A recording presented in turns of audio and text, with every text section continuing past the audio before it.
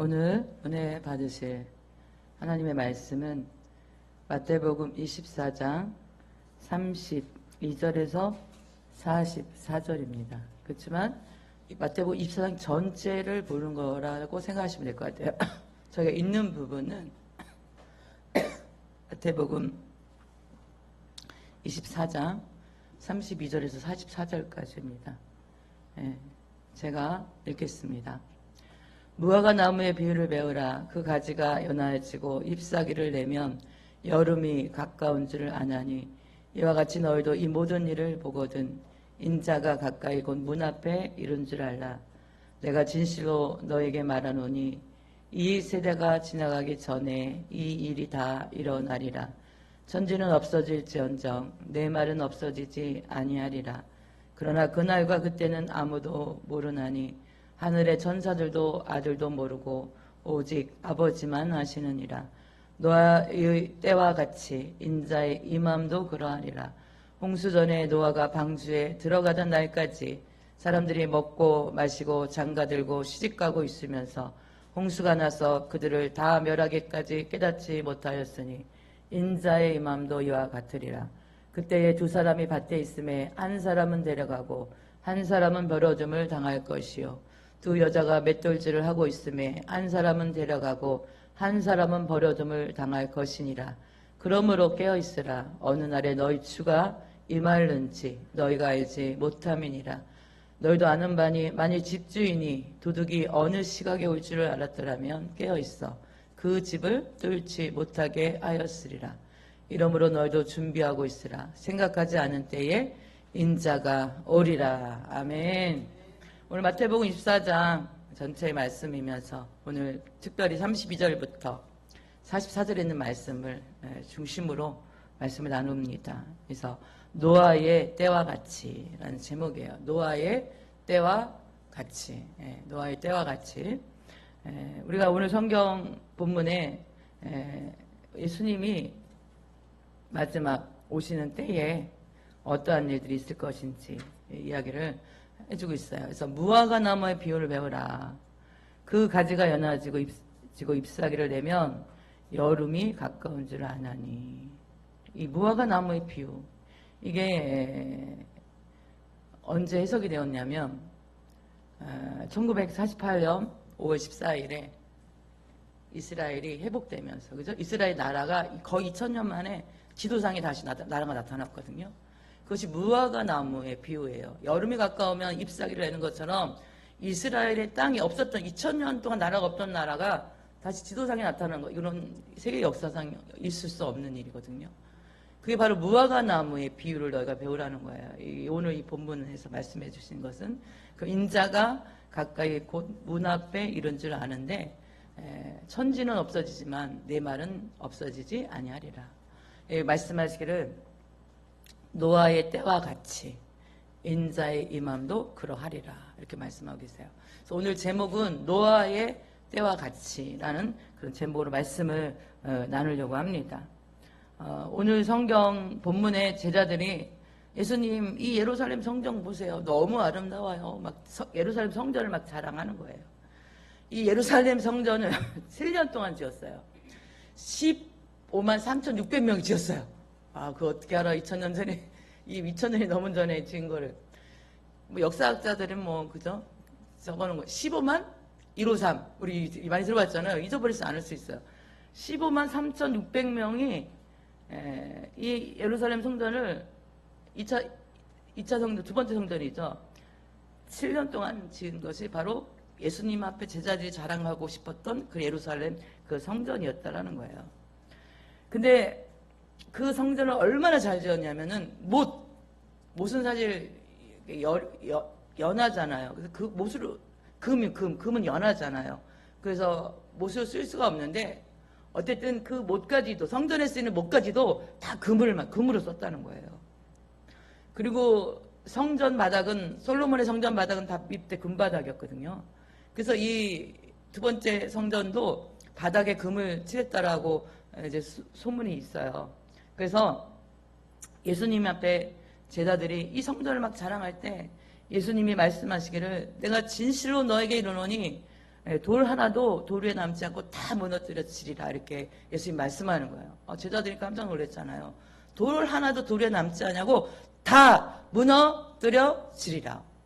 제자들이 너무 놀랐어요. 막 이 성전 아름다운 성전을 막 자랑하고 있는데 예수님 3절 말씀에 그렇게 이야기를 하죠. 24장 3절 말씀에 예수께서 성경 여러분들 열어놓은 거 있으니까 보시면 될 것 같아요. 감람산 위에 앉으셨을 때 제자들이 조용히 와서 이르되 우리에게 이르소서 어느 때에 이런 일이 있겠사오며 또 주의 임하심과 세상 끝에는 무슨 징조가 있겠습니까? 이렇게 물어보는 거예요. 두 가지를 질문해요. 예수님 언제 성전이 돌 하나의 돌 위에 하나 남지 않고 다 무너지겠어요? 또 언제 주님이 세상의 마지막 때 어떤 징조가 있겠어요? 두 가지 질문을 하죠.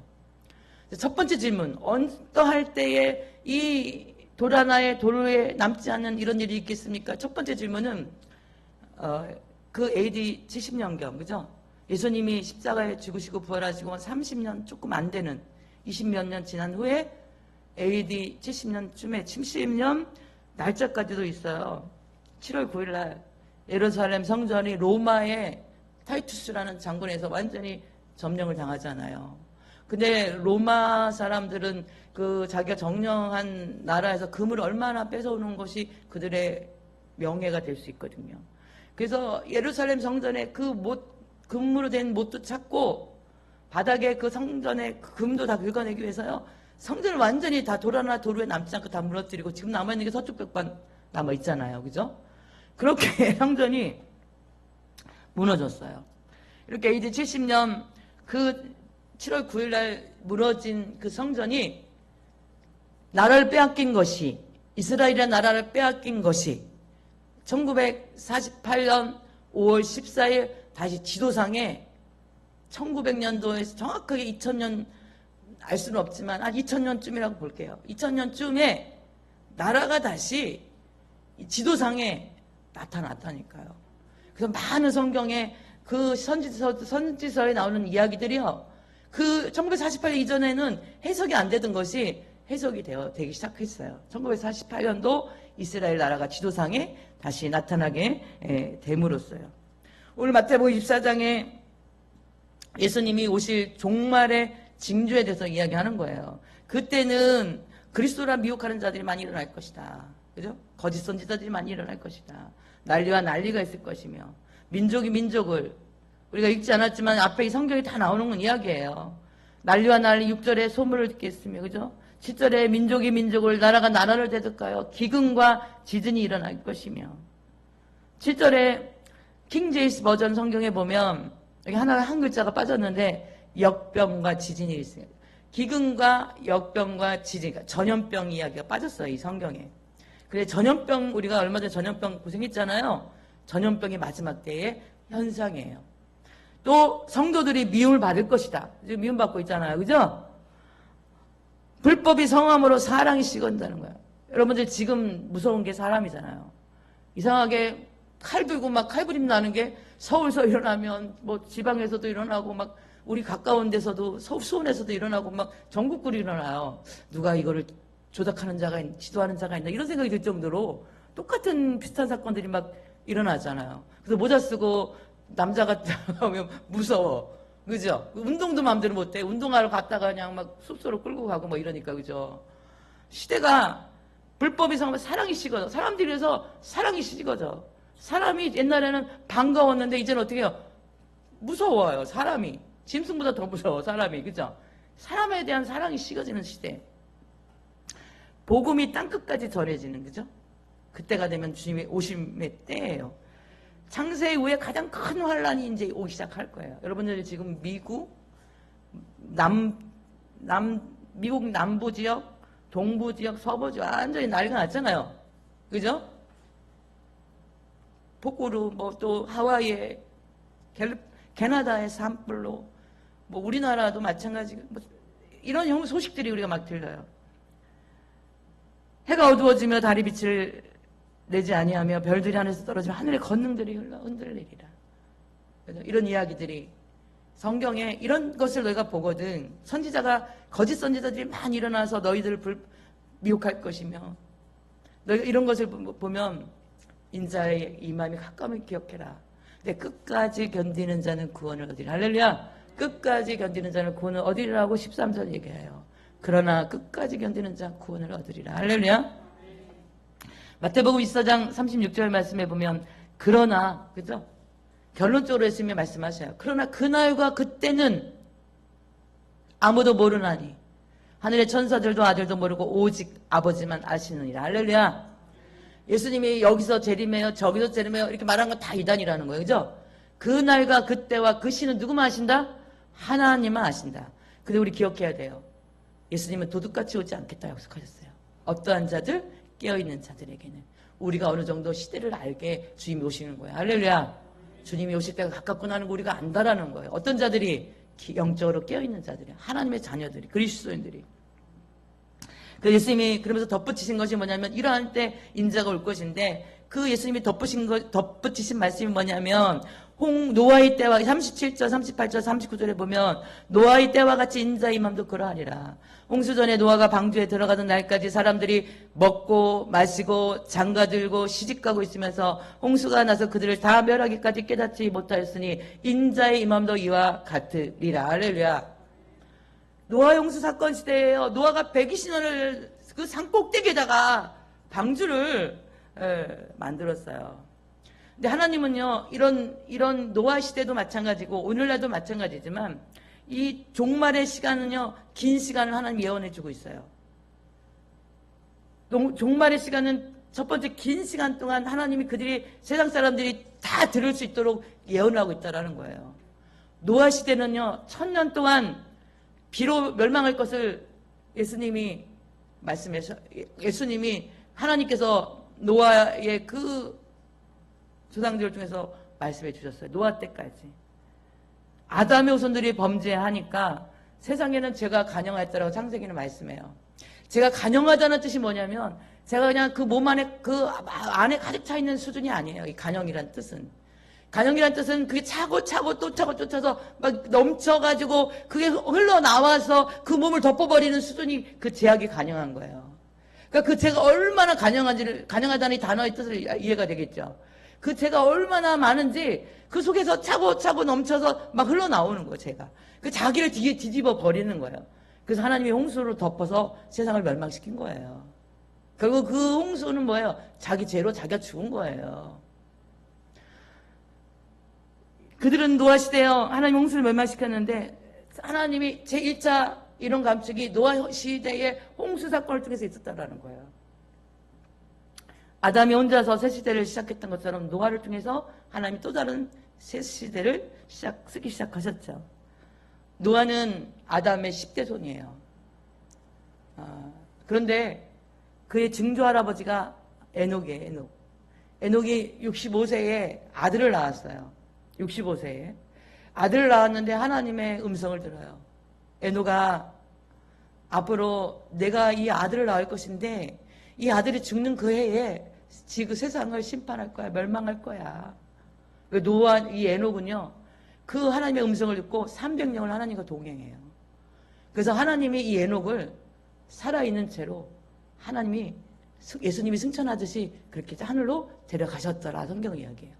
다른 사람들의 족보는 몇 살에 죽었더라, 몇 살에 죽었더라, 몇 살에 죽었더라. 근데 에녹에 대해서만큼은 하나님이 데려가셨더라. 성경이 이렇게 기록하고 있어요. 그 300년을 하나님과 동행했대요. 우리 20년 동행해봤나요? 300년을 동행했는데 365세에 하나님이 그를 데려가셨어요. 그래서 에녹은 우리 주님의 승천의 그림자예요. 에녹의 그 모습은. 에녹이 그 아들을 낳았는데 무드셀라라는 아들을 이름을 지어줬어요. 이 아들이 죽는 때에 세상이 멸망할 거예요. 이런 뜻이 있어요. 몇 가지 뜻이 있는데 오늘은 그 뜻으로 이야기합니다. 무드셀라라는 이름의 뜻은 이 아들이 죽는 해에 세상이 멸망한다. 이 뜻이 무드셀라예요. 그 무드셀라 이렇게 부를 때마다 사람들이 그 뜻이 뭐예요? 이 아들이 죽을 때 세상이 멸망해. 이런 이름이에요. 근데 성경에서 가장 오래 사는 사람이 누구냐면 이 무드셀라예요. 969세를 살았어요. 근데 이 무드셀라가 결혼을 해서 187세에 아들을 낳았는데 그의 아들이 라멕이에요. 187세에 라멕을 낳았어요. 라멕은 180 몇 살에 낳았더라? 라멕은 결혼을 해가지고 182세에 아들을 낳았는데 그 아들의 이름이 뭐예요? 노아를 낳은 거예요. 노아는 몇 살에 결혼했어요? 아들을 낳았어요? 500세에 아들을 낳았어요. 그리고 노아의 600세 되던 해에 그 노아 무드셀 할아버지가 그 할아버지가 969살이 되는 해였어요. 그 무드셀 할아버지가 죽고 한 일주일 정도 지났을 때 하나님이 홍수 심판을 하자요. 그리고 노아의 아버지가 라멕은 777세에 그 홍수 사건이 일어나기 5년 전에 아버지를 먼저 데려가셨어 하나님이. 그 홍수 사건에 보지 않도록. 노아는요 배를 120년 동안 만들었어요. 사람들이 이제 100년 동안 만들었다고 많이 얘기를 하는데 창세기 6장 33절에 보면 여호와께서 이르시되 나의 영이 영원히 사람과 함께하지 아니하리니 이는 그들이 육신이 됨이라. 그러나 그들의 날은 120년이 되리라 하시니라. 할렐루야. 노아에게 말씀하시는 거예요. 노아는 120년 동안 방주를 만들어요. 그 육신의 날, 인간들의 그 날은 120년 동안 살아있지만 120년 후에 노아의 8가족에는 다 멸절됐거든요. 죽었어요. 근데 노아는 120년 동안 배를 만들어 놓은 동안 배만 뚝딱뚝딱 만든 게 아니에요. 그 여러분들 산꼭대기에다 배를 만들었는데 사람들이 그거 볼까요 안 볼까요? 사이즈가 어느 정도 사이냐면은 축구장의 1.5배예요. 면적이. 높이는 7층 건물이에요. 지금 우리가 여기가 3층이잖아요. 그죠? 여기서 4층이 더 올라가는 거예요. 방주가, 크기가, 높이가. 7층 건물이에요. 300규빗, 길이가 300규빗, 높이가 30규빗, 넓이가 50규빗으로, 그 당시는 규빗을 썼었어요. 우리가 보통 1규빗을 팔꿈치에서 끝까지, 보통 사람마다 팔꿈치가 다 다르잖아요. 평균으로 50cm가 계산하기 편해가지고 50으로 치면 300규빗, 넓이는 50규빗, 높이는 30규빗에서 높이가 한 7층 건물, 아파트 7층 건물 정도 되는 그 정도의 어마무시한 배를 산꼭대기에 딱 이 지금 노아가 건축을 몇 년 동안 하는 거예요? 120년 동안. 배만 만들지 않고 사람들에게 어떻게 해요? 앞으로 하나님이 세상을 멸망시킨대요. 얘기했어요. 그리고 무드셀라 할아버지 이름이 뭐예요? 이 아들이 죽을 때 세상이 멸망할 것이다. 그죠? 그러면 무드셀라 할아버지 이름을 통해서 세상에 사람들이 뭘 전한 거예요? 끝이 있다라는 거. 세상에 심판이 있다는 걸 알린 거예요. 그죠? 그리고 에녹도 복음을 전했어요. 그런데 사람들은 이렇게 노아가 그렇게 하는 것을 보면서 저 노인네 미쳤어 이렇게 얘기했다는 거죠. 에녹의 조상들의 그 아이를 낳는 연령대를 보면 보통 90세, 70세, 65세, 162세 뭐 노아의 그 후손 조상들 65세 이렇게 나왔어요. 그런데 무드셀라는 187세에 나왔고 그의 아버지 노아의 아버지 라멕은 182세에 나왔고 노아는 500세의 아들을 낳았거든요. 아마 마지막 때가 가까이. 왜냐면 무드셀라가 죽는 해에 뭐가 온다고요? 세상에 멸망이 오니까 무드셀라가 자꾸 나이가 먹으면 먹을수록 에녹 할아버지는 365에 하나님이 데려갔잖아요. 그러니까 그 무드셀라가 300세가 넘어가면은 벌써 이제 이분이 언제 죽지? 이제 이분이 죽으면 심판이 오는데 염려할까 안 할까요? 지금 젊은이들이 결혼 잘 안 하죠. 그리고 요즘은 그런 부모들을 많이 만나요. 많이는 아니지만 제가 만난 사람들은 그렇게 얘기하더라고요. 자식들이 결혼 안 했으면 좋겠어 이렇게 얘기해요. 세상이 이렇게 흉흉하고 살기 힘든데 그 애기들 낳아서 이런 험한 세상에서 그 고통을 당하게 살게 하냐고. 어떤 세상이 올지 어떻게 하고 이렇게 얘기하더라고요. 마지막 아마 이 세 사람의 결혼이 아이가 출산이 늦은 것을 보면서 아마 그들도 아마 노아는 특별히 조마조마했을 거 아니에요, 그죠? 에녹 증조할아버지도 세상이 멸망할 것을 얘기했는데 사람들에게 무드셀라 할아버지도 이제 얼마 안 있으면 이제 돌아가실 건데 그것이 막 결혼해가지고 세상 심판하는데 결혼하고 자식 낳고 막 이게 그죠? 그래서 그 500세의 아들을 첫 아들을 낳았잖아요, 노아가. 깨어있는 기도하는 많은 사람들은 지금 마지막 때라고 얘기하죠. 우리가 마지막 때라는 것은 뭐 세상이 멸망하는 걸 말하는 게 아니라 우리 주님 다시 오셔야. 할렐루야. 우리 주님 다시 오실 때가 가까워요. 이게 우리가 말하는 마지막 때 시간이죠. 그죠? 그래서 많은 깨어있는 분들이 예수님 곧 오세요. 이렇게 전하고 있어요. 예수님이 하신 말씀들이 지금 그대로 성경에 오늘 마태복음 24장에 예언한 말씀들이 그대로 지금 이루어지고 있거든요. 우리 주님 곧 오신다고 깨어있는 분들이 그렇게 이야기하고 있다라는 거예요. 지금 상황은요, 노아의 때와 똑같아요. 예수님 말씀했잖아요. 노아의 때와 같이 인자의 임함도 그러하리라. 할렐루야. 노아의 때와 같이 인자의 임함도 그러하리라. 긴 시간 동안 노아 시대는 1000년, 그죠? 거의 1000년 가까이 그 마지막 때 심판에 대한 경고가 있었어요. 지금 우리는 지금 2000년 가까이 마지막 때 심판을 듣고 있어요. 예수님 당시부터 예수 그리스도가 오실 때를 이미 예수님이 살아계실 때부터 마지막 때의 시간을 이야기하고 계셨거든요. 창세기 두 번째로는요. 첫 번째는 긴 시간 우리에게 하나님께서 그 마지막 때 심판을 위해서 긴 시간을 어떻게 해요? 예언해 주고 있다라는 거예요. 사람들이 준비될 때까지. 두 번째로는 우리는 노아의 때와 같은 것이 뭐냐면 두 번째는요. 동물들이 동원되는 때가 재난의 시작이라는 것을 기억해야 됩니다. 할렐루야. 동물들이 동원되는 때. 창세기 7장 1절에서 4절 말씀을 보면 여호와께서 노아에게 이르시되 너와 내 온 집은 방주로 들어가라. 이 세대에서 내가 내 앞에 의로움을 내가 보았음이니라. 너는 모든 정결한 짐승은 암소 7씩 부정한 것은 암소 2씩을 내게로 데려오며 공중의 새도 암소 7씩을 데려와 그 씨를 온 지면에 유전하게 하라. 지금부터 7일이면 내가 40주야를 땅에 비를 내려 내가 지은 모든 생물을 지면에서 쓸어 버리리라. 할렐루야. 노아가 하나님이 말씀하시기를 노아야 내가 너의 의로움을 내가 보았다. 내가 이 세대에서 이 악한 세대에서 내가 심판을 멸망을 시킬 이 세대에서 너의 그 내 앞에 있는 의로움을 내가 보았다. 내 앞에 있는 너의 의로움을 보았다. 노아야 너는 정결한 짐승 7쌍씩 그리고 부정한 것은 암수 2씩을 준비해서 방주로 줄여라. 그리고 공중의 새도 2쌍씩 7쌍씩 데려와서 그 씨를 유전하게 해라. 이렇게 얘기를 하는 거예요. 그리고 앞으로 7일이면 내가 40주야를 땅에 비를 내려서 세상에 있는 모든 생물들을 살아있는 것들을 이 지면에서 쓸어버리리라. 하나님이 노아에게 말씀하고 있는 이야기가 나와요. 동물들이 동원되었어요. 근데 우리가 생각할 때 아니 어떻게 전 세계 하나님이 창조한 동물들을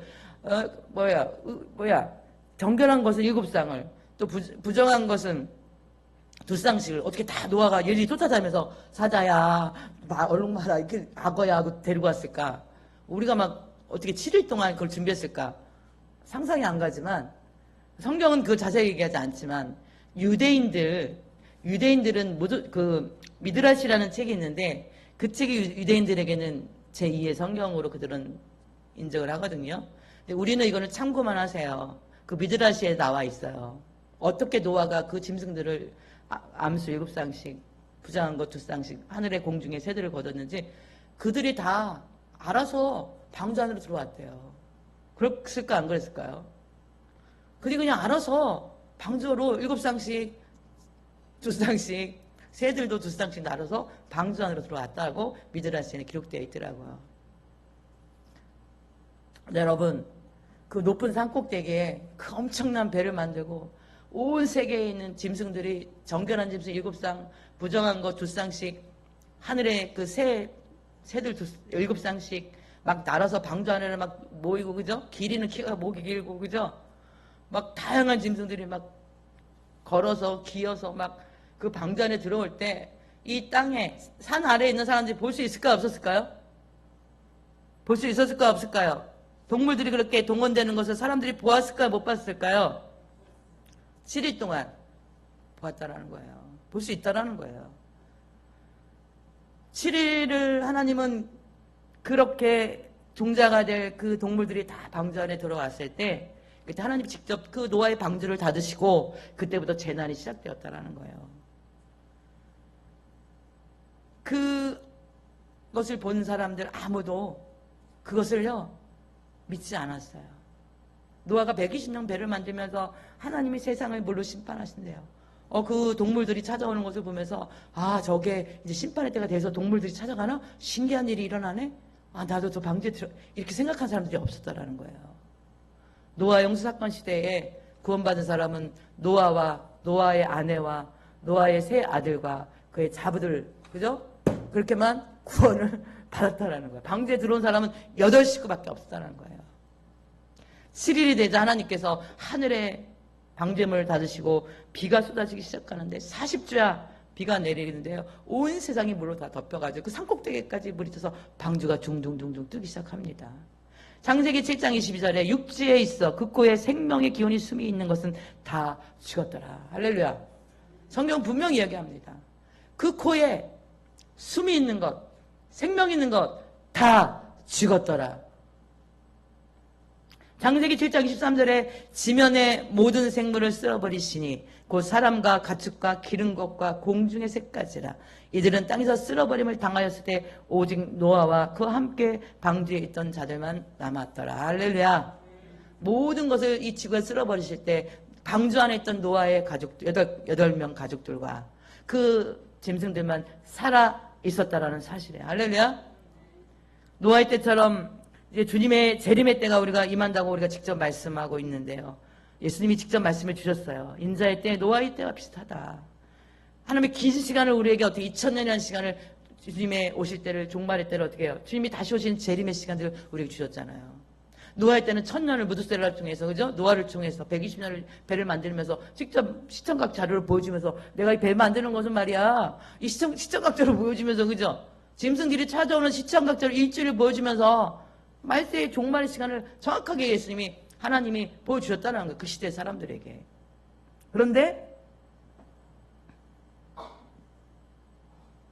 동물들이 동원하는 그때 두 번째는 뭐예요? 동물들이 동원되는 때가 재난의 시작인 것을 우리는 알아야 돼요.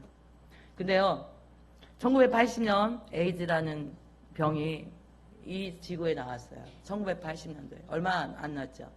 우리나라에 1985년도에 에이즈 환자가 2명이 우리나라에서 나왔대요. 근데 지금 한 2만 명이 넘어요. 에이즈 환자가.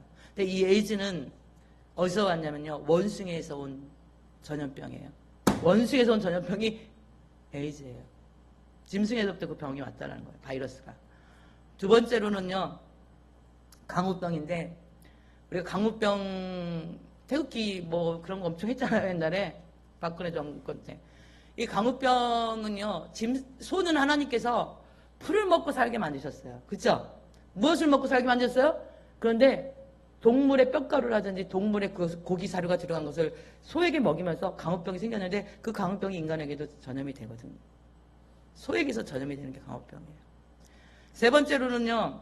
조류독감이 왔어요.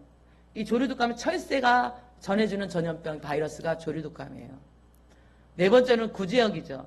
구제역은 뭐야? 소에서 오는 가축에서 돼지나 이런 가축에서 오는 그죠? 이것이 구제역이에요. 2002년도에 사스가 왔어요. 이 사스는요.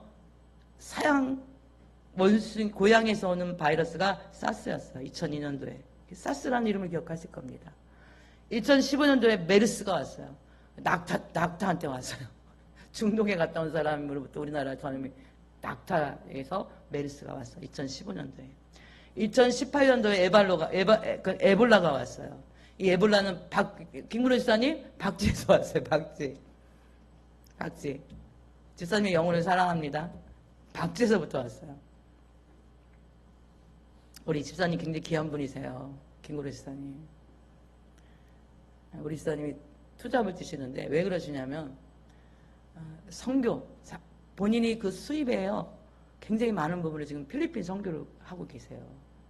그래서 투잡을 뛰시는 거예요. 그렇게 안 하셔도 되거든. 가족이 많지 않기 때문에. 근데 저분이 혼자 벌어서 본인의 삶도 사시고 필리핀에 선교하는데 그 선교사님 한 분이 먹고 생활하고 선교하는데 지 후원해 주고 계세요. 그래서 주일날 자꾸 눈을 감고 계시는데 오늘부터는 자꾸 이름을 부르려고. 2019년도인가요? 2019년도 가을부터 2020년도 우리가 코로나19 왔잖아요.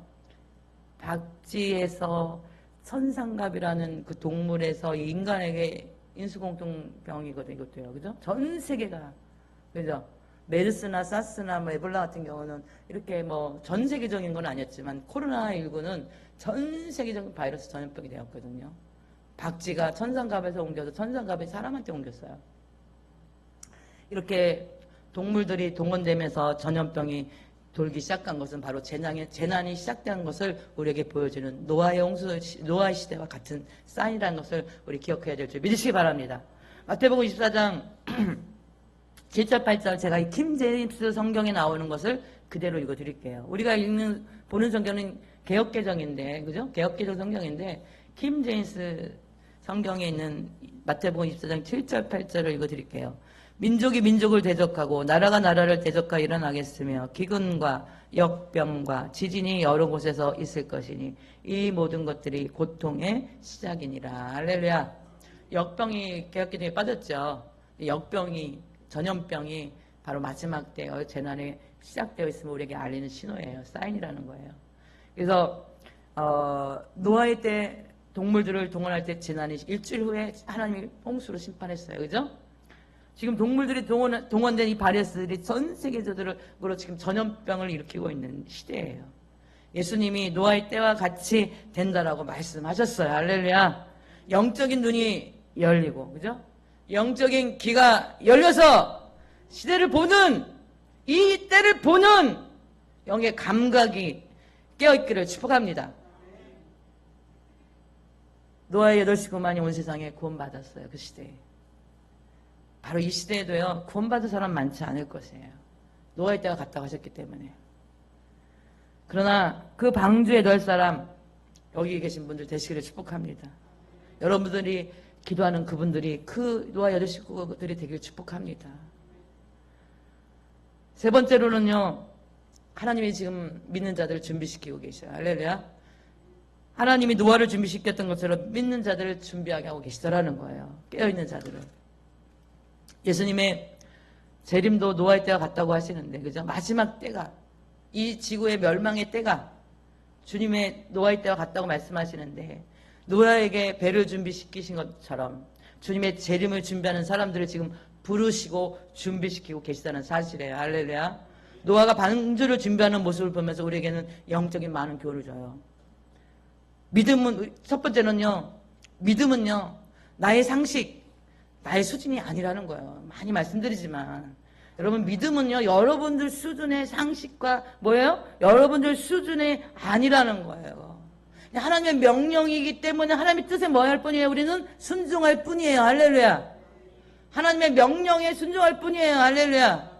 우리가 그 하나님의 명령을 듣고 따지고 계산하고 내 머리 수준에서 이해하려고 하지 마세요. 믿음은 이해하는 게 아니에요. 순종입니다. 할렐루야. 순종입니다. 첫 번째, 하나님은요 120년 동안 노아에게 배를 만들게 하잖아요. 그 120년이라는 시간은 하나님의 시간이에요. 할렐루야. 한 사람이라도 구원받게 하기 위해서. 결국 노아의 8 식구밖에 구원받지 못했어요. 근데 그 한 사람이 더 구원받긴 했네요. 그 세 아들이 결혼해가지고 자부를 얻었잖아요. 자부들은 노아의 가족이 되는 바람에 뭐예요? 구원을 받았어요. 그리고 산위의 꼭대기에 배를 만들어 그랬어요. 산위의 배를 꼭대기에 만든 거. 인간의 이 지식, 상식, 그죠? 이 초월한 그 믿음을 우리에게도 하나님이 이 마지막 때 노아 시대처럼 아마 우리에게 말씀하고 계실 거예요. 할렐루야. 산위의 꼭대기에 배를 만든다? 바보죠. 노아는 120년 동안 배를 만져 사람들에게 조롱받고 비난받고 미친 늙은이라고 욕을 먹었을 거예요. 이 시대에 우리가 예수 믿는 것이 사람들에게는 손가락질이 됩니다. 마지막 때 우리가 예수 믿는 것이 사람들에게 조롱이 돼요. 바보 아니야. 이 좋은 주일날, 그죠? 이 가을인지 낙엽이 우수우수 물드는 시절에 전부 인간들은 무슨 재미로 사노? 술도 안 마셔, 여행도 안 다녀, 그죠? 노아는 그런 비난을 받아도 포기하지 않았어요. 120년을 견뎠어요. 배 만드는 것을 놓지 않았어요. 믿음을 여러분 놓으면 안 돼요. 세상에 스며들 수 없는 두드러짐이 그리스도인들에게 있다라는 거예요. 우리는 세상에 스며들지 않는 사람들이에요. 우리 세상에 녹아들 수 없는 사람들이에요. 세상 사람들과 우리가 거리낄 수밖에 없어요. 우리는 하나님의 백성들이거든요. 세상은 마귀의 자녀들이거든요. 부딪힐 수밖에 없어요. 영이 다르면. 마지막 시대 성도로 하나님의 말씀에 순종하며 사는 것, 세상의 기준에서는 비웃음이 될 수도 있고요. 세상의 가치관으로 이해되지 않는 그런 것이 바로 우리의 구별된 삶인 줄 믿습니다. 할렐루야. 노아는 500세에 아들을 낳았어요. 그 하나님의 음성을 듣고 배를 만든 것은 480세부터예요. 그래서 120년 동안 배를 만들었기 때문에. 노아가 늦게 결혼하여 아들 셋만 낳았거든요. 야벳과 함과 셈을 낳았어요. 근데 만약에 노아가 그의 아버지처럼 182세에 아들을 낳았다면, 그죠? 300년 동안 자식을 낳았어요. 그러면 300년 동안 그 손주의 손주를 보면서 우리가 수를 셀 때 한 10,000명 가까이 되지 않을까요? 이렇게 수를 대충 잡으면. 그죠? 그리고 그 10,000명이 그 배에 타야 돼요. 근데 하나님은 어떻게 해요? 마지막 때 노아의 그 삶을 어떻게 해요? 세 아들만 주셨다라는 거예요. 그리고 500세에 아들을 낳게 하셨다라는 거예요. 그 섭리, 그 예정, 그 누구의 섭리고 누구의 예정이에요? 하나님의 섭리고 하나님의 예정이라는 거예요. 믿음의 사람들은요, 노아 시대나 오늘날 우리 이 시대에 하나님의 섭리 예정 속에 우리를 지금 준비시키고 계시는 거예요. 할렐루야. 이해되지 않아요. 우리가 이해되지 않아요. 내 삶의 어떤 부분이 이해되지 않는데 하나님이 그것도 하나님의 섭리라는 거예요. 할렐루야. 그걸 하나님이 예정하시는 거예요. 그것을 통해서 누구를 바라보라고? 하나님을 바라보라고. 주의 오실 길을 준비하라고. 할렐루야. 우리 목사님, 최복가 목사님하고 떨어졌으니까 좋은 점이 많이 있더라고요. 제가 살림하는 일, 집안일 하는 일에 많이 내려놓게 하신 거예요, 하나님이. 그래서 제가 그러니까 뭘 많이 할 수 있어요? 말씀 연구를 많이 해요. 말씀 연구를, 책을 많이 볼 수 있어요.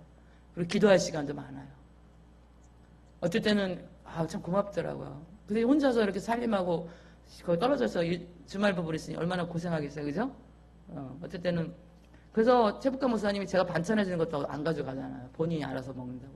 점심이 잘 나오니까 점심은 거기 직장에서 점심이 되게 잘 나온대요. 동생의 말에 의하면. 맛있게 먹고.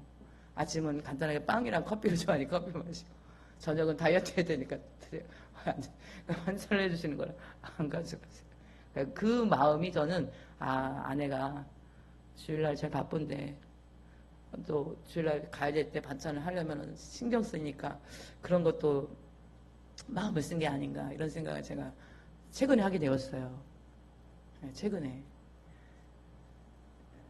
하나님은요, 믿음의 사람들을 노아 시대나 오늘날 하나님의 섭리 예정 속에서 지금 준비시키고 있는 줄 믿습니다. 여러분들의 삶이 하나님이 지금 준비하고 있는 거예요. 우리의 기도 제목을 주셨다면 그건 뭐예요? 하나님의 섭리 속에 그렇게 안 하면 세상으로 나갈까 봐. 할렐루야? 아니시구나. 할렐루야. 그래서 우리가 하나님 붙잡게 하는 거예요. 할렐루야. 우리 김명성도님 만약에 세상에서 잘 나가려면 예수님이 이 시대 그 연세에 만날까 안 만날까? 믿으러 나왔을까 안 나왔을까요? 그래서 나왔어요? 할렐루야. 훌륭하신 분이세요. 우리는요, 나의 삶의 모든 것이 때로는 불편한 것도 있고 때로는 조금 그런데 이 말씀을 준비하면서 하나님이 이것을 하나님의 마지막 시대에 노아 시대에 하나님이 노아를 불편하게, 여러분 생각을 해봐요. 120년 욕으로 배가 안 고팠을 거예요. 노아는 맨날 욕 먹으니까. 동네 사람들 어린아이들까지도 다 조롱했을까 안 했을까? 유정쌤 했겠죠? 돌도 던졌을까 안 던졌을까? 미쳤나 안 미쳤나? 승질내나 안 내나? 우리의 모습이 영적으로 우리가 맞지 않으면 그들이 보는 우리를 이해할 수 없는 모습이에요. 그렇죠? 하나님은 우리를 그러나 지금 그 모습 때문에, 그죠? 그 조롱 때문에, 그 연약함 때문에 하나님을 붙드는 능력이 되게 하셨다는 거예요. 재난 때에 하나님 우리를 보호해 주실 줄 믿습니다. 설교가 좀 길어지지만요. 여러분 너무나 중요한 말씀을 지금 하고 있어요. 재난 때 우리를 보호하시는데 세상의 종말을 알리는 예언의 시간 하나님 길게 주셨어요. 그죠? 2000년, 지금 2000년 넘는 세월을. 그러나 심판은요, 노아의 시대에 그 1000년의 기간을 기다렸지만 그 심판은 순식간에, 그죠? 순식간에 지구가 어떻게 해요? 멸망당했다. 사람 생명 있는 것들이 다 죽었다라는 거예요. 누구도 방주밖에 있는 자들은 피할 수가 없었다는 거 사실이에요. 마태복음 24장 21절 28절에 보면 번개가 동편에서 나서 서편까지 벗적임 같이 인자의 맘도 그렇게 임한다는 말씀이 우리 마태복음 24장 21절 28절에 거기 중에 보면은 어디에 나와요? 번개가 27절에 나오잖아요. 그죠? 제가 이 성경을 21절 28절 말씀을 읽어드릴게요. 이는 그때에 큰 환란이 있겠습니다. 창세로부터 지금까지 이런 환란이 없었고 후에도 없으리라. 그 날들을 감하지 아니하면 모든 육체가 구원을 얻지 못할 것이라. 그러나 택하신 자들 위하여 그 날들을 감하시리라. 그때의 사람이 너희에게 말하되 보라 그리스도가 여기 있다 혹은 저기 있다 해도 믿지 말라. 거짓 그리스도들과 거짓 선지자들이 일어나 큰 표적과 기사를 보여 할 수만 있으면 택하신 자들도 미혹하리라. 보라 내가 너희에게 미리 말하였노라. 그러면 사람들이 너희에게 말하되 보라 그리스도가 광야에 있다 하여도 나가지 말고 보라 골방에 있다 하여도 믿지 말라. 번개가 동편에서 나서 서편까지 벗적임같이 인자의 임함도 그러하리라. 죽음이 있는 곳에는 독수리들이 모일 것이니라. 할렐루야. 갑자기 마지막 때의 일들을 쭉 얘기하시다가 갑자기 28절에 죽음이 있는 곳에 독수리들이 모일 것이다 얘기하잖아요. 독수리는 어떤 새예요? 예? 시체를 먹죠. 독수리들은요, 죽은 시체를 먹어요. 독수리는요, 영적으로 성도들의 죽은 영혼을 잡아먹는 그 새가 독수리예요. 우리 성경 본문에서. 그래서 영적으로 죽은 성도들이 있는 교회에, 영적으로 죽은 교회에 그들의 영혼을 잡아먹기 위해서 독수리들이 모여드는 그 이야기를 28절에 죽음이 있는 곳에는 독수리들이 모일 것이니라 이렇게 말씀하고 있는 거예요. 원수마귀가 쳐놓은 덫이에요. 독수리들의 잔치가 벌어질 거예요. 마지막 때. 그 죽음이 있는 교회, 죽은 영혼들에게는. 근데 하나님의 구원받은 백성들은 그 재난 때에 하나님의 보호하실 줄 믿으시기 바랍니다. 깨어있어서 하나님의 보호받는 그리스도인들 되시기를 축복합니다. 하나님의 보호받는 인생들 되시기를 축복합니다. 저는 이 말을 여러분들에게 할 때 너무나 심각하게 말씀하고 있어요. 여러분들 깨어있는 그리스도인들 되시기를 축복합니다.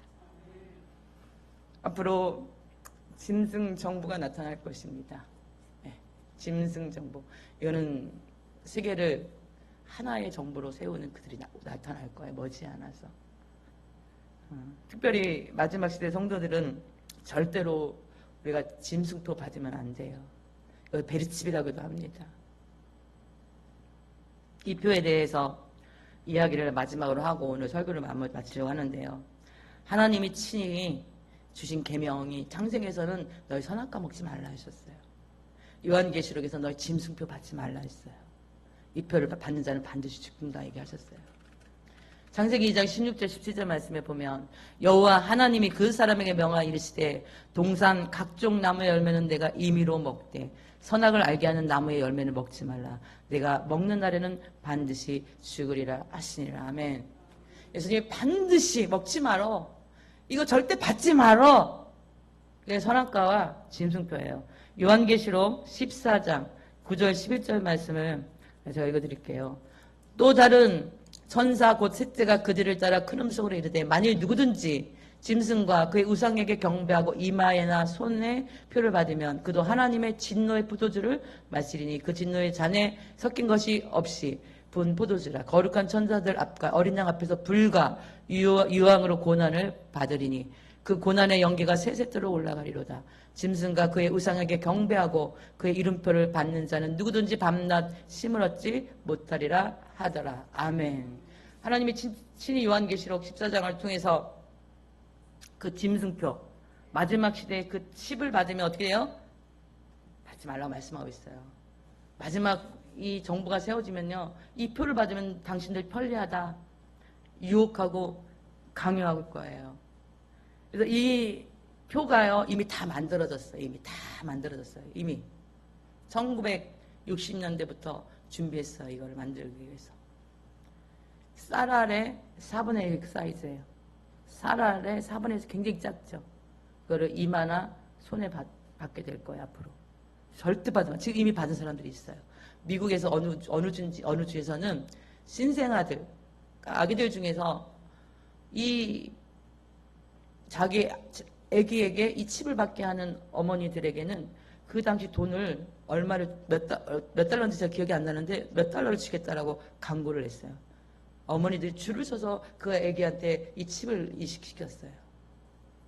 굉장히 많은 사람들이 그리고 이 미국에는 이민국에서 들어오는 이민자들에게 칩을 받게 합니다.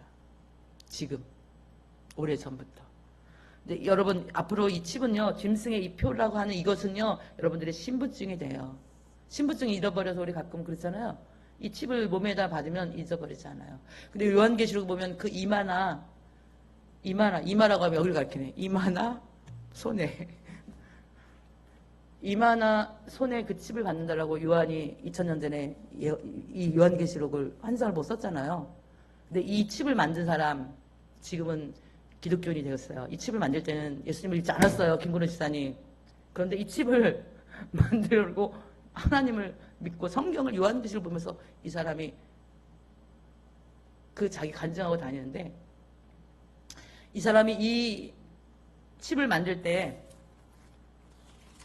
칼 샌더슨이라는 그 사람인 박사님인데, 이 칩을 만들 때요, 이 칩이 몸 안에 이식이 되었을 때 온도 차이가, 이 수은이 들어가서 온도 차이가 많을 때 이게 스스로 이게 충전하지 않아도 자가 충전이 되는 그런 시스템인 거예요. 그런데 그러면 우리 몸에서 가장 많이 온도 차이가 심한 곳이 어딘가를 찾아야 돼요. 그래서 그 수 없는 굉장히 많은 돈을 투자를 해서 우리 몸을 다 찾은 거예요. 어느 부위가 가장 몸에 온도 차이가 많은가. 찾은 게 어디예요? 이마와 손이에요. 그러면서 그분이 그렇게 얘기를 하더라고요. 참 바보였다고. 엄마들이 애기들 열나면 제일 먼저 어디 만져요? 여기 만지잖아요. 여기가 열이 오르락내리락 하는 곳이에요. 온도 차이가 심한 곳이 이마예요. 그리고 어디요? 손이에요. 그래서 그들은 그걸 엄청나게 많은 달러를 넣어가지고 그 과학자들이 100명 넘는 사람들 연구를 해서 그걸 찾아냈지만, 찾고 나니까, 근데 어떻게 2000년 전에 세례 요한이 이걸 알았냐는 거예요. 성경에. 그래서 이 짐승의 표는 주민등록증의 역할을 할 것이며, 그 다음에 매매표가 될 거예요. 그래서 계시록 13장 16절 17, 앞으로 이걸 받지 않으면 매매를 할 수가 없어요. 16절 17절 요한계시록 13장, 그가 모든 자 곧 작은 자나 큰 자나 부자나 가난한 자나 자유인이나 종들이나 그 오른손에나 이마에 표를 받게 하고, 누구든지 이 표를 가진 자 외에는 매매를 못하게 하니 이 표는 곧 짐승의 이름이나 그 이름의 수라. 할렐루야. 이 표를 매매표가 될 거예요. 첫 번째는 뭐예요? 신분증. 이 표를, 그래 여러분들 매매표가 뭐예요? 오늘 카드잖아요. 카드 잊어버릴 때 있어요, 없어요? 예. 이제 여기 몸에다 심으면 안 잊어버려. 그죠? 세 번째는 뭐예요? 치료표가 됩니다. 그래서 여러분들 이 짐승의 표를 받은 사람들은요, 이 몸에 이상이 생기면 이 신호를 보내요. 담당한 병원, 이 사람 담당하는 병원으로. 처방전식으로 날라와요. 수술하는 것은 직접 가야 되지만 웬만한 것은 직접 이렇게 병원에 안 가도 그런 시스템이, 이 치료표가 이 짐승의 표에 들어가 있어요. 그래서 요양원이라든지 노인 연세가 많으신 분들한테는 이게 되게 호감이, 이렇게 혹하는 마음이 들 수 있겠죠. 그죠? 그래서 지금 이걸 스마트 병원이라고 하는데, 우리나라의 5개의 병원들이 이 시설을 서두르고 있다고 오래전에 들었거든요. 지금 이미 이렇게 스마트 병원이 운영되는 병원도 있어요. 이미. 그리고 이 치료표는 뭐냐? 이 짐승의 표는 위치 추적표예요. 그래서 여러분들이 이제는 단위 정부, 하나의 정부가 세워지면 전 세계인들을, 인구를 감축하는 운동 그들 속에 들어있거든요. 그래서 그들이 어느 곳에 있든지 어떻게 해요? 그들이 위치 추적을 할 수가 있어요. 만약에 그들이 자기들의 말을 듣지 않으면 짐승기표를 끄는 거예요. 그럼 이 사람 매매도 할 수 없어요. 아무것도 할 수가 없어요. 자기들의 정치적인 말 듣잖아요. 그리고 이거는요, 사람의 감정과 생각을 조정해요. 그리고 이거를 조절하면요, DNA까지 변화시킨다는 거예요. 그래서 우리 반려동물 등록제로 인해서 동물들에게 이미 칩이 들어가 있죠. 그래서 그 집주인과 그다음에 그 동물 가축은행과 주인 이름, 그저 집 주소랑 다 나오잖아요. 이미 칩이 들어가서 동물 잃어버리면 어디 있다는 거 다 나오거든요. 그래서 이걸 동물에게 이 칩을 넣지 않으면 벌금 내리잖아요. 그렇죠? 이제는 이 베리칩이라고 불리는 이 짐승표를 이제 앞으로는 사람에게 넣을 건데 그때는 언젠지는 모르지만 그렇게 멀지 않다라는 거예요. 이 짐승표를 받은 칼 샌더스라는 사람이 대한 이야기를 하겠습니다. 이 사람은 32년 동안 이거를 만들었어요. 자기가 만든 것이 성경에 나온 666표라는 것을 나중에 알게 돼요. 처음에는 그거를 만든 32년 동안 그가 그거 연구할 때는요, 자기가 이것이 무엇을 하는지 몰랐어요. 정부에서 엄청난 투자를 하고 100여 명의 아주 그 유능한 그런 사람들을 모아서 그걸 연구해가지고 32년 만에 이 베리칩을 만들어낸 거예요. 근데 자기가 그때는 예수님을 믿지 않았는데 예수님을 나중에 믿고 요한계시를 읽는데 거기에 자기가 만든 베리칩이 그 요한 666표라는 것이 성경에 나오는 것을 보고 이 사람이 굉장히 충격을 받아요. 그래서 이 사람이 암에 걸려요. 근데 하나님이 그를 고쳐주셨어요. 그래서 그 사람이 그 짐승표를 돌려받기, 그 모든 연구했던 그것들을 돌려받으려고 정부를 향해서 싸웠는데 결국은 돌려받을 수가 없었어요. 그래서 그는 온 세상 이렇게 다니면서 지금도 그의 여러분이 유튜브나 인터넷에 칼 샌더스 치면은 그의 간증이 나와요. 다니면서 이 짐승표를 받으면 구원받을 수 없다고 지금 외치고 다녀요. 여러분들 이거 받으면 안 돼요. 이게 무엇인지를 그가 간증을 하고 다녀요. 칼 샌더스라는 사람이. 한 CIA 같이 일을 했다는 CIA 그 요원인 사람이 이 칼 샌더스는 지금은 목사님이 되셨거든요. 이분한테 전화를 해서 당신이 그렇게 칩에 대해서 떠들고 다녀도 짐승의 정부는 반드시 이 칩을 사람들에게 쓰는 것을 막지 못합니다. 라고 얘기를 했어요. 근데 칼 샌더슨이 그렇게 대답했어요. 나는 그 칩을 쓰는 것을 막으려고 하는 것이 아니라 예수 믿는 사람들이 그 칩을 받지 못하게 해서 구원받는 것을 놓치게 하지 않기 위해서 저는 이렇게 강연을 다니는 것입니다. 그래서 그 칩을 거절하라고, 받으면 왜 안 되는지 그것을 알리며 다니는 거예요 라고 그렇게 그 사람한테 얘기했다라고 얘기를 하더라고요. 칼 샌더스는 이 칩을 일단 몸에 이식을 심으면요, 다시는 그것을 꺼낼 수가 없대요. 한번 들어가면. 몸에 이게 이렇게 몸처럼 돼서 흡수가 되는 건 아니지만 그걸 꺼낼 수가 없대요. 한번 들어가면은 끝이라는 거예요.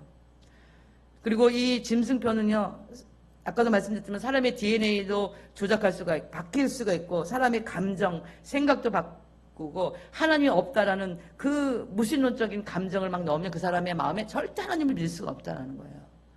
그것을 조작할 수 있는 그 칩 안에 그런 기능들이 다 들어있다라는 거예요.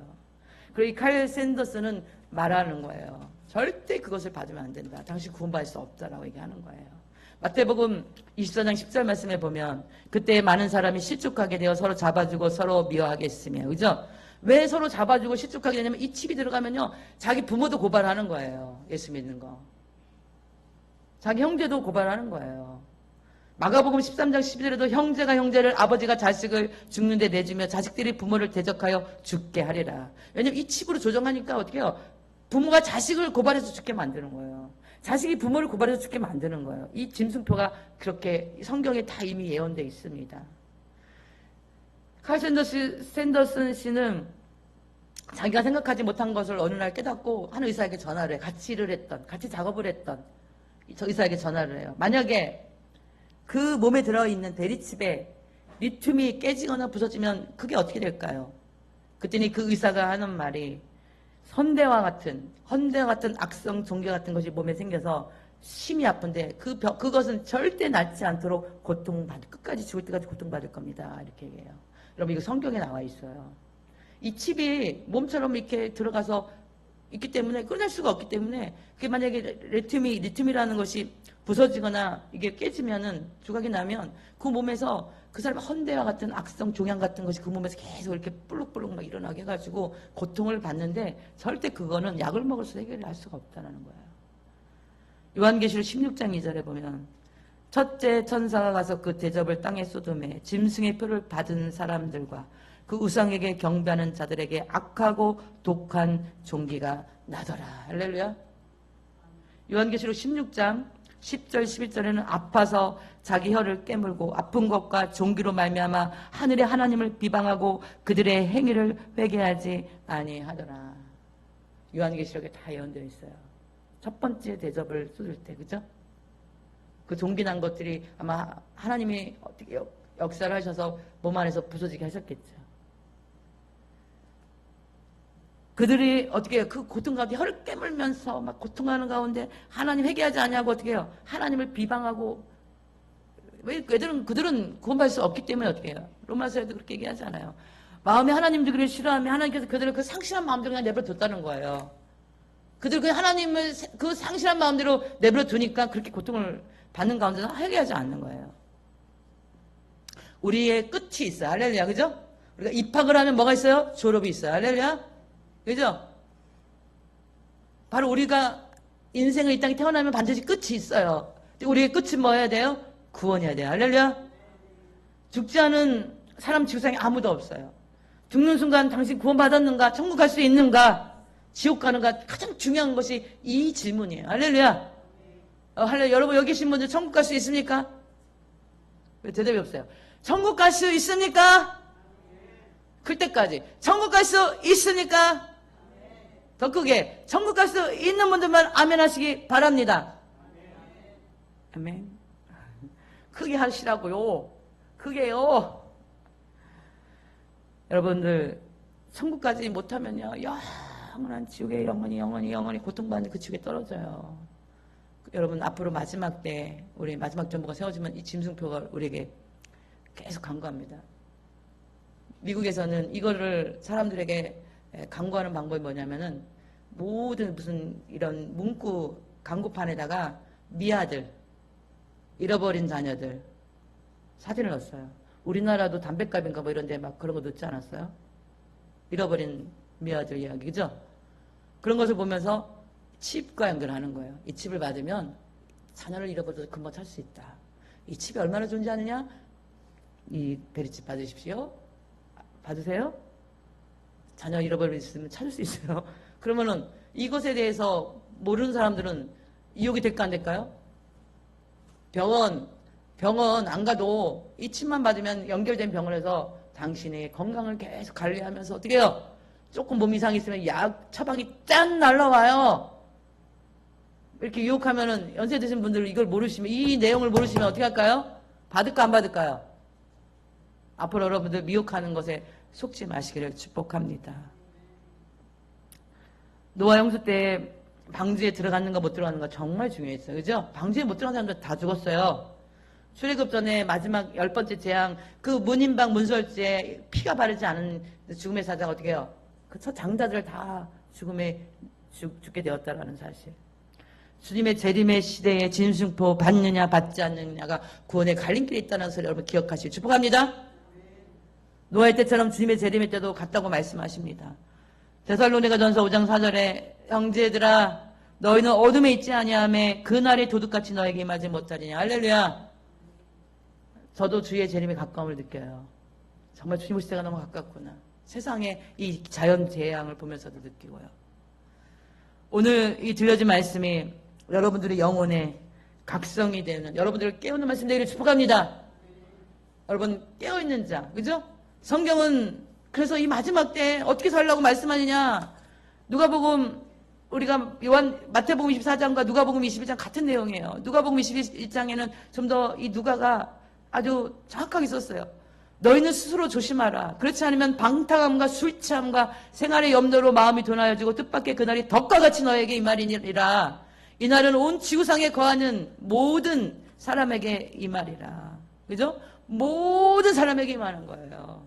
이러므로 너희는 장차 올 이 모든 일을 능히 피하고 인자 앞에 서도록 항상 기도하며 깨어있으라 하시니라. 할렐루야. 인자가 오시는 때에 뭐 하라고요? 깨어서 기도하라고. 할렐루야. 노아는 하나님 앞에 그 마지막 때를 그 쓰임받는 그 노아는 하나님 앞에 기도하는 의인이었어요. 당대에 너는 완전한 자라. 할렐루야. 너는 의인이라. 그가 의인일 수 있는 것은 하나님께 깨어있었기 때문에 그 계시를 받을 수 있었고 그렇게 또 의인으로 살아갈 수 있었던 거예요. 할렐루야. 저희가 하나님이 저에게 주신 것도 마지막 시대 추수 사명이에요. 마지막 시대의 영혼 건지는 사명이에요. 그래서 저희 강대상은요, 이렇게 여러분들을 깨우는 설교를 많이 할 수밖에 없어요. 저희 이 교회 사명이거든요. 그래서 여러분들, 이 열매 맺는 교회가 주님 재림시에 노아의 방주와 같은 그런 방주가 되기를 선포합니다. 여기 계신 여러분들이 이 마지막 때 주의 오심의 재림의 길에 노아와 같은 영혼들을 어떻게 해요? 깨어있는 영혼들 되시기를 축복합니다.